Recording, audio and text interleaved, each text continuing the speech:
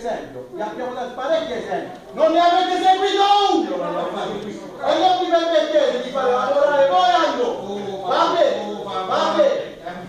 Se sei capace, restituisci 140.000 euro in due persone, più 60.000 euro, così 200.000 euro, restituisci 200.000 euro.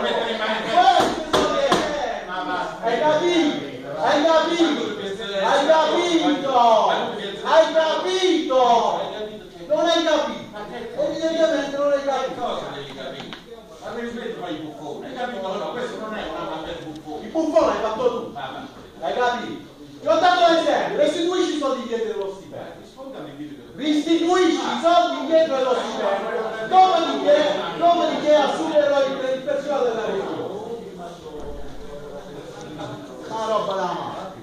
Loro lavoravano a noi. Ci sono persone, ve l'ho detto prima, che hanno vinto dei concorsi che stanno di culo in mezzo alla strada, va bene? E non è giusto che devono essere assunti altre persone.